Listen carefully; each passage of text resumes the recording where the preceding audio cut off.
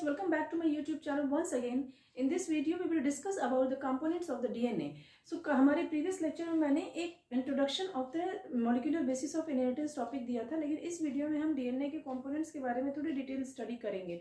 So let's go to discuss components, right? तो जैसा कि हमने पहले भी देखा कि components of DNA में क्या क्या चीजें होती हैं. फर्स्ट नंबर पे आता है हमारा नाइट्रोजनस बेस, सेकेंड नंबर पे आता है पेंटोज शुगर जो कि हमारा डीएनए के केस में डीऑक्सीराइबोज होता है, और जबकि आरएनए के केस की अगर बात की जाए तो ये राइबोज होता है. ठीक है, और ये आपका 5 कार्बन मेंबर्ड चेन होता है. चेन भी कह सकते हैं, रिंग फॉर्म में भी होता है. ठीक है, और तीसरा है हमारा component phosphoric acid. Phosphoric acid के लगने से मींस जब पूरा का पूरा तीनों कंपोनेंट मिलके पूरा का पॉलीमेरिक चेन बनाते हैं तो फास्फोरिक एसिड इसका प्रोजेक्टेड होता है बाहर की तरफ. जब डीएनए का ये लैडर तैयार होता है तो बीच में आपका क्या होता है, नाइट्रोजनस बेस होता है, और आपका ये जो स्केलेटन है ये स्केलेटन आपका राइबोज शुगर और फास्फोरिक एसिड बनाता है, जिसमें फास्फोरिक एसिड एक्सट्रीम बाहर की तरफ प्रोजेक्टेड रहता है. और इसके बाहर की तरफ प्रोजेक्टेड होने की ही वजह से, क्योंकि ये एसिड है, तो डीएनए का नेचर क्या हो जाता है, एसिडिक हो जाता है. ठीक है, तो फास्फोरिक एसिड ही वो कंपोनेंट है जो डीएनए को एसिडिक इन नेचर बनाता है. तो अब हम देखेंगे कि नाइट्रोजनस बेस हमारे इसमें कौन कौन से हैं डीएनए के केस में. अगर डीएनए के केस की बात की जाए तो नाइट्रोजनस बेस हमारे कौन कौन से होते हैं, adenine, guanine, thymine and cytosine. ठीक है, मैंने पहले लेक्चर में बताया था कि basically 2 types of nitrogenous base होते हैं, जिनमें एग्जांपल्स ये होते हैं. तो वो 2 टाइप्स आपके क्या क्या थे, पहला था प्यूरिन और दूसरा है हमारा पिरिमिडिन्स. ठीक, प्यूरिन्स के केस के एग्जांपल होंगे हमारे एडेनिन और ग्वानिन, थाइमिन और साइटोसिन हमारा पिरिमिडिन के एग्जांपल होंगे. प्यूरिन मैंने उसमें भी बताया था कि डबल मेम्ब्रेनस रिंग होती है, पिरिमिडिन हमारा सिंगल मेम्ब्रेनस रिंग होती है. प्यूरिन हमारा 9 मेंबर्ड रिंग है और पिरिमिडिन 6 मेंबर्ड रिंग है. तो यहाँ तक क्लियर था आपको पहले के लेक्चर में भी. तो अब आगे प्रोसीड करते हैं. अब हम थोड़ा सा स्ट्रक्चर के बारे में भी देखेंगे. तो एडेनिन बेसिकली क्या है, अगर हम इन दोनों की बात की जाए तो हमारा ये क्या था, डबल मेंबर्ड था. ठीक, तो ये एक हमारा क्या था प्यूरिन के केस. मान लीजिए हम सिर्फ और सिर्फ एडेनिन को डिस्कस करते हैं. ठीक, एडेनिन हमारा 9 मेंबर्ड रिंग हुआ और उसमें भी हमारा 6 मेंबर्ड हमारा हेट्रोसाइक्लिक रिंग है, उसके साथ 5 मेंबर्ड इमिडेजोल रिंग जुड़ा होता है. ठीक है, तो ये वाला जो पोर्शन आप देख रहे हैं ये इमिडेजोल है और ये मेन आपका रिंग है. ये जो रिंग होती है ये एक्चुअली में पिरिमिडीन की ही रिंग होती है. तो हम यहाँ ये भी कह सकते हैं कि पिरिमिडीन के रिंग के ऊपर जब 5 मेंबर्ड इमिडेजोल अटैच हो जाता है तो वो प्यूरिन बना लेता है. क्या हुआ, जब पिरिमिडीन यानी सिंगल रिंग के 6 मेंबर्ड रिंग के ऊपर जब आपका एक इमिडेजोल रिंग आके 5 मेंबर्ड अटैच हो जाती है तो वो प्यूरिन बना देती है. तो purine is actually the modification of derivatives of purine. Pyrimidine जो है purine is a derivative of pyrimidine. ठीक, तो अब हम देखेंगे कि किस तरीके से एडेनिन का स्ट्रक्चर फॉर्म होता है. अब देखिए ये हमारा हो गया 6 मेंबर्ड, जिसपे हमारा ये 5 मेंबर्ड हो गया. ठीक है, अब इसमें अगर हम देखें कि कार्बन की पोजीशन को हम तय करें तो नंबर 1, 2, 3, 4, 5, 6, 7, 8 एंड 9. ठीक, अब इसमें क्या होगा, बॉन्डिंग कर देते हैं हम. ठीक है, ये बॉन्डिंग हो गई. अब मैंने पहले ही बताया था कि इसके जितने ऑड नंबर है सब पे नाइट्रोजन लगा हुआ है.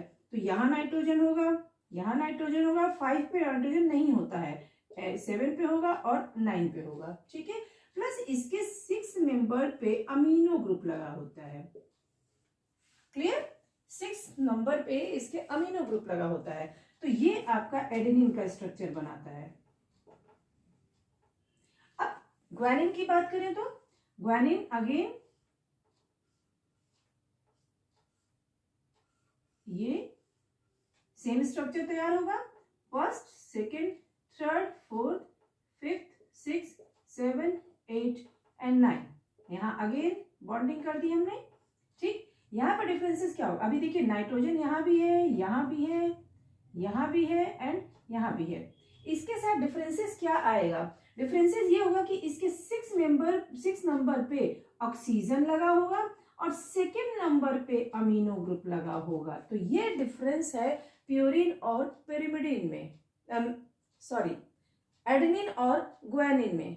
क्या कि सब कुछ सेम रहेगा, इसके 6 नंबर पे अमीनो ग्रुप लगा, इसके सेकेंड नंबर पे अमीनो ग्रुप लगा होगा और 6 नंबर पे एक हाइड्रोजन अटैच होगा। So this is about the purines. ठीक है, डायग्राम से सारा कुछ क्लियर हो गया, आगे बढ़ते हैं। अगला हमारा आएगा पिरिमिडिन्स के बारे में। पिरिमिडिन्स में हमारा क्या क्या होता है, साइटोसिन, थायमिन एंड यूरेसिल। ठीक है, यूरेसिल जो होता है वो आरएनए में प्रेजेंट होता है, थायमिन जो होता है वो हमारा डीएनए में प्रेजेंट होता है। ठीक है, साइटोसिन जो होता है वो हमारा दोनों में कॉमन होता है। ठीक, नेक्स्ट फ्रेंड्स, अब अगर हम पिरिमिडिन्स में अगर थायमिन की बात करें, थायमिन, ठीक है, तो थायमिन के केस में क्या होता है, आपका 6 मेंबर्ड रिंग हो गई। ठीक, 1 2 3 4 5 6, इसके 6 कार्बन, उसमें आपका फर्स्ट पे नाइट्रोजन एंड थर्ड पे नाइट्रोजन होगा। क्लियर है, ये मैंने पहले भी बताया था। ठीक है, उसके बाद 4th नंबर पे अमीनो ग्रुप लगा होता है in case of thymine, 4th group पे। ठीक है, और ये इसकी बॉन्डिंग हो गई। तो this is all about thymine. अब यूरेसिल की बात करें, यूरेसिल की बात करें तो क्या होगा, कोई चेंजेस नहीं है, एक माइनर सा बस चेंज होगा, 1 2 3 4 5 एंड 6। अगेन बॉन्डिंग बना दी हमने, फर्स्ट पे नाइट्रोजन, थर्ड पे नाइट्रोजन, सेकेंड और फोर्थ दोनों पे ऑक्सीजन लगेगा। यहाँ आपका अमीन ग्रुप था, यहाँ आपका ऑक्सीजन लग गया। इसका मतलब क्या है कि थायमिन ही आपका यूरेसिल का डेरिवेटिव कहा जाता है। यूरेसिल पहले था, उसमें अंदर उसके अंदर मॉडिफिकेशन, केमिकल मॉडिफिकेशन होने से आपका अमीनो ग्रुप लग जाने की वजह से उसका नेचर बदल गया, उसकी केमिकल प्रॉपर्टीज बदल गई, जिससे वो थायमिन हो गया। ठीक है, तो ये थायमिन और यूरेसिल के बारे में था। अब हम साइटोसिन की बात करेंगे। साइटोसिन को देखें तो अगेन कुछ चीजें कॉमन होंगी, 1 2 3 4 5 6। अगेन डबल बॉन्ड, बॉन्ड ये हो गया, नाइट्रोजन नाइट्रोजन। यहाँ क्या चेंजेस है, यहाँ हमारा सेकेंड पे ऑक्सीजन, फोर्थ पे ऑक्सीजन। चेंज क्या है, चेंज है हमारा सॉरी सेकेंड पे ऑक्सीजन और फोर्थ पे नाइट्रोजन था यहाँ पे हमारा, और फिफ्थ पे अमीनो ग्रुप लगा हुआ है। क्या क्या बदल गया, फर्स्ट पे नाइट्रोजन, थर्ड पे नाइट्रोजन, सेकेंड पे ऑक्सीजन, फोर्थ पे हमारा नाइट्रोजन लगा हुआ है। ठीक है, एंड फिफ्थ पे हमारा अमीनो ग्रुप लगा हुआ है। तो ये हमारा chemical structures of nitrogenous bases था। आई थिंक ये आपको सारी चीजें क्लियर हो गई हैं। तो अब मैं आगे बढ़ती हूँ नेक्स्ट कंपोनेंट की तरफ। ठीक, पेंटोज शुगर, जो कि हमारा क्या है, 5 मेंबर्ड कार्बन की एक चेन है, जिसमें हमारा ये इस तरीके से डायग्राम बनता है। ये OH H H। अब यहाँ पे आपको डिफरेंस समझाऊंगी मैं। ठीक है, यहाँ पे CH2OH। ठीक फ्रेंड्स, यहाँ पे समझने वाला डिफरेंस देखिए क्या है। हम बात कर रहे हैं डीएनए की। ठीक है, मैंने बोला था डीएनए के नाम में ही उसका आंसर है। ठीक है, why we call it deoxyribose, why we call it deoxyribose. Deoxyribose friends हम इसलिए कहते हैं क्योंकि इस पे ऑक्सीजन जो है वो कार्बन नंबर 2 की पोजीशन से, ये हमारा C1 है, ये C2 है, C की पोजीशन से ऑक्सीजन डिलीट हो जाता है। C की पोजीशन से ऑक्सीजन क्या हो गया, डिलीट हो गया। ठीक, rest all the things will be same. तो ऑक्सीजन की डिलीशन यानी डी से मतलब डिलीट, ऑक्सी मतलब ऑक्सीजन, और किसमें से, राइबोज। राइबोज यानी आपका सिंपल जो आरएनए के अंदर पाया जाने वाला पेंटोज शुगर है, उसमें क्या था आपका CH2OH OH, यहां पे वो चेंज है, देखिए ये OH है, ठीक है, OH। तो यहां पे हमको ये राइबोज शुगर है, तो राइबोज शुगर के अंदर भी केमिकल मॉडिफिकेशन हुआ, तो प्रॉपर्टी बदल गई, यहाँ OH लगा था, यहाँ H है, तो इसी OH के लगने से ये जो होता है आरएनए को काफी वोलेटाइल बना देता है और ये बहुत ज्यादा अनस्टेबल हो जाता है, क्योंकि OH की प्रॉपर्टी होती है ये जल्दी रिएक्ट कर जाता है किसी भी अनदर कंपाउंड के संपर्क में आता है, तो being highly reactive in nature,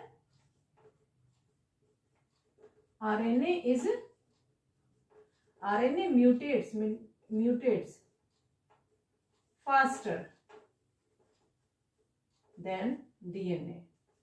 ये बाद में भी आएगा, ठीक है। तो यही यहां तक क्लियर हो गया कि ये O हट जाने से डीएनए क्या हो गया हमारा, स्टेबलाइज हो गया। जब पूरा का पूरा एक स्ट्रक्चर फॉर्म होता है तो उसमें जो डीएनए की स्टेबिलिटी में एक बहुत बड़ा कंट्रीब्यूशन उसके पेंटोज शुगर का भी होता है। तो ये आपका पेंटोज शुगर के बारे में हो गया, ठीक है। अब हम आगे बढ़ते हैं फास्फोरिक एसिड के बारे में। फास्फोरिक एसिड तुम्हारा कुछ भी नहीं है, सिंपल H3PO4 है, ठीक है, H3PO4। ये हमारा डीएनए के अंदर लग जाने से डीएनए का नेचर एसिडिक हो जाता है। अब हम इसके बाद डिस्कशन करेंगे कि how the nitrogenous base and sugars are formed, and जब वो बनते हैं तो उनमें किस तरीके की बॉन्ड फॉर्मेशन होता है। तो यहाँ पे बॉन्ड फॉर्मेशन का डिस्कशन होगा, ठीक। तो यहाँ हम लिखेंगे बॉन्ड फॉर्मेशन इन डीएनए। कितने तरीके के बॉन्ड फॉर्मेशन होते हैं, 3 टाइप्स। पहला हाइड्रोजन बॉन्ड, दूसरा ग्लाइकोसिडिक बॉन्ड, तीसरा phosphodiester bond,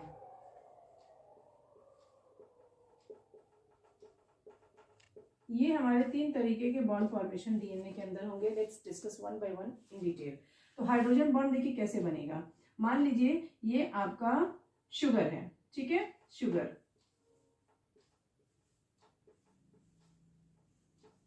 okay, they will run anti parallel to each other, ठीक। अब ये शुगर से अंदर प्रोजेक्टेड होता है क्या, बेस, और अटैच होता है ये फॉस्फोरस से, लाइक दिस,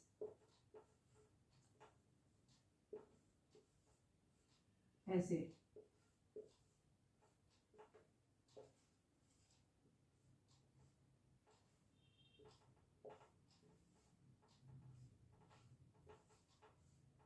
ठीक है। अब इसके अंदर जब बेसेस जुड़ेंगे तो मान लीजिए ये एडेनिन से थायमिन है, ग्वानिन से साइटोसिन है, अगेन साइटोसिन से ग्वानिन, थायमिन से एडेनिन। तो यहीं पे आपका इस जगह पे जो फॉर्मेशन होगा, यानी कि जो बॉन्ड आपके डीएनए के अंदर के लैडर को बनाएंगे, सीढ़ियों को बनाएंगे, वो आपके होते हैं हाइड्रोजन बॉन्ड। Hydrogen bond. तो ये हमेशा याद रखिएगा फ्रेंड्स कि ऑलवेज इन मेकिंग डीएनए का double helical structure there will always be the pairing of one purine with one pyrimidine. Always, कभी भी इसमें कोई कंपोजिशन में चेंज नहीं होगा। एक प्यूरिन हमेशा एक पिरिमिडिन के साथ ही बॉन्डिंग करेगा। उसमें भी कंडीशन है कि adenine will always pair with thymine and guanine will always pair with cytosine. और इसमें ये भी बहुत बड़ी बात है कि ग्वानिन जो होता है ये आपका 3 हाइड्रोजन बॉन्ड के लगने पे ही स्टेबलाइज होता है। उसकी वजह वो जब तक नहीं होता है, यानी डबल बॉन्ड ही जब तक लगता है, वो वोबल करता है, वो आपका हिलता डुलता रहता है। तो डीएनए को वो एक कॉन्फिगर्ड स्टेबिलिटी नहीं मिलती है। लेकिन जैसे ही 3 बॉन्ड स्टेबल होता है, 3 बॉन्ड फॉर्मेशन होता है, इट बिकम्स स्टेबल। तो इससे डीएनए के अंदर स्टेबिलिटी आती है। तो bond formation is all about adenine का थायमिन से, ग्वानिन का साइटोसिन से। तो यहाँ आपका जब दो एंटी पैरेलल हेलिक्स जो है वो आपस में जुड़ेंगे और बेसिस को ज्वाइन कराएंगे तो वहां पे हाइड्रोजन बॉन्ड बनेगा। ठीक है, अब हम बात करेंगे नेक्स्ट बॉन्ड की, which is glycosidic bond. Glycosidic,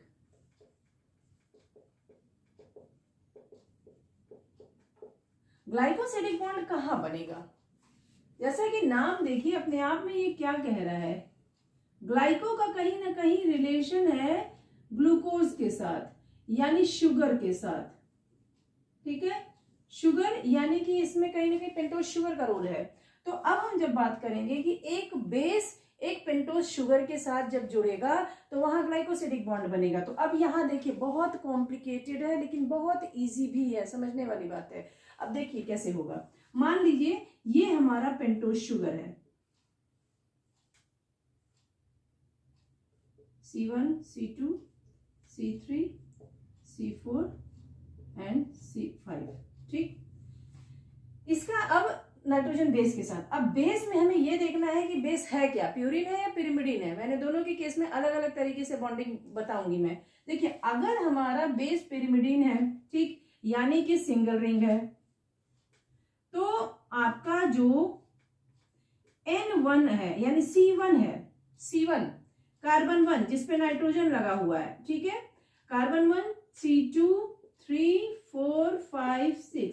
तो इस केस में हमारा C1 के साथ यानी कि नाइट्रोजन बेस का C1 एंड राइबोज शुगर का C1 अटैच करेंगे तो यहां C1 of sugar and base form होगा। ठीक है, और यहां पे चूंकि नाइट्रोजन लगा हुआ है तो ये N ग्लाइकोसिडिक बॉन्ड बनेगा, N ग्लाइकोसिडिक बॉन्ड। ठीक है, तो हम इसको C1 of sugar, C1 of base of N glycosidic bond कहते हैं। लेकिन अब अगर यही केस बदल गया कि मान लीजिए यहां पिरिमिडीन हो गया, पिरिमिडीन के केस में क्या होगा आपका, ये शुगर हो गया, C1 C2 C3 C4 C5। ठीक है, ये आपका ऑक्सीजन लग गया। अब मान लीजिए इसमें पिरिमिडीन है, प्यूरिन है, तो प्यूरिन के केस में आपकी जो बॉन्डिंग होगी वो कैसे होगी, यहां आपका था 1 2 3 4 5 6 7 8 9।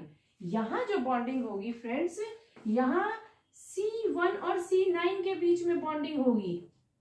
ठीक है, क्योंकि 9 पे भी नाइट्रोजन लगा हुआ है, तो यहां आपका C1 of sugar, pentose sugar and C9 of base, nitrogenous base जो बॉन्ड बनेगा।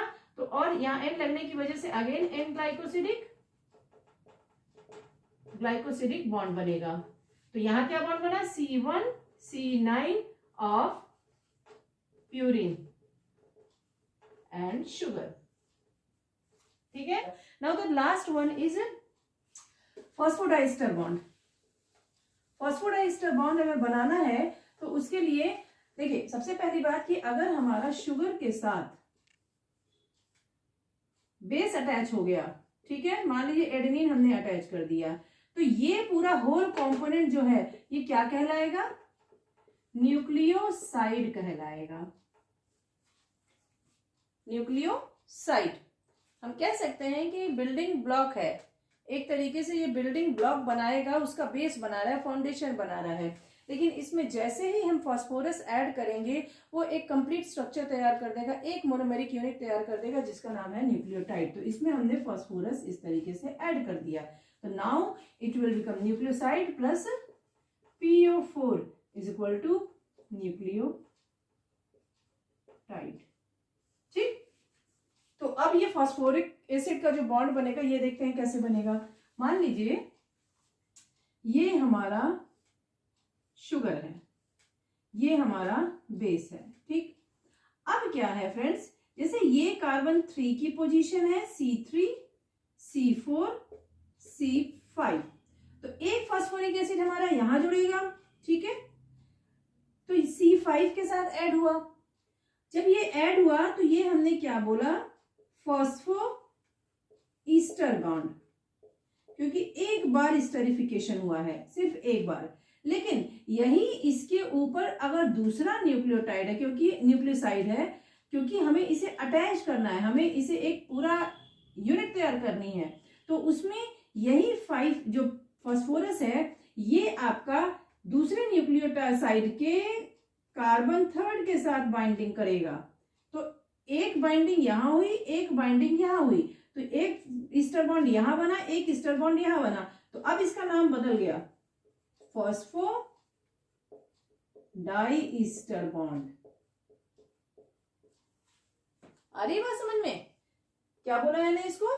ये आपका जो पहला न्यूक्लियोटाइड है, ये पहला है जो फर्स्ट के C5 से, ठीक है, यानी इसका C3 रेडिकल क्या हो गया, फ्री हो गया, तो यानी इसका 3 प्राइम फ्री हो गया, ठीक है। अब जैसे जैसे हम ऊपर मूव करते जाएंगे, ये आपका जो C3 है वो सारा ज्वाइन करता चला जाएगा, तो जो आपका लास्ट न्यूक्लियोसाइड होगा, उस लास्ट न्यूक्लियोसाइड का कौन सा रेडिकल फ्री होगा, टॉप पे अगर जाएंगे, मान लीजिए हमने यहाँ बॉन्डिंग नहीं कराई, हमारा यहाँ पे खत्म हो गया, तो यहाँ पे हमारा कार्बन जो 5 है वो हमारा फ्री हो गया, तो ये हमारा 5 प्राइम हो गया। तो अब क्या हुआ, पोलैरिटी हमने क्या देखा, 5 प्राइम टू 3 प्राइम, यानी एडिशन हमेशा ऊपर से नीचे होता है, तो 5 means 5 prime to 3 prime direction में होता है, तो ये 5 प्राइम 3 प्राइम पोलैरिटी हो गई। ठीक इसी तरीके से दूसरा जो एंटी पैरेलल हेलिकल स्ट्रक्चर होगा उसकी भी पोलैरिटी हमारी उल्टी डायरेक्शन में होगी, और तरीका यही होगा, जब बाद में ये तैयार हो जाएंगे तो यहाँ से ये इस तरीके से आपके नाइट्रोजनस बेस हाइड्रोजन बॉन्डिंग करके इसको पूरा अटैच कर लेंगे। तो this was all about the bond formation in DNA. I hope आप लोगों को ये भी सारी चीजें क्लियर हो गई होंगी। अगर आप लोगों को थोड़ा सा भी डाउट है तो please do write your doubt in my comment box, and I will definitely sure solve your all the problems. Thank you, and wait for my next video which will based on the forthcoming topic of this chapter. Thank you.